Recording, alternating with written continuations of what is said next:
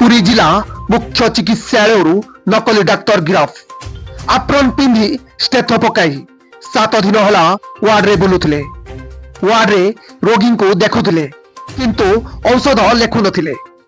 अभियुक्तर बयस कम होइथिबारु प्रथमे संदेह करथिले नर्सिंग स्टाफ को अभियोग पर ही नकली डाक्तर को गिरफ कला मेडिकल फंडी।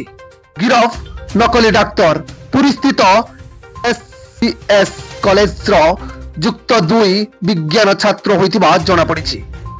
बलांगीर जिला कंटाबांछीरु समान घटना सामना को आसीथिला। रोगी मृत्यु नहीं अभियोग आनिथिले परिवार लोके।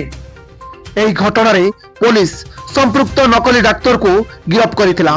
नकली डाक्तर को ठारू विभिन्न प्रकार औषध एवं सालाइन जबत होइतिला।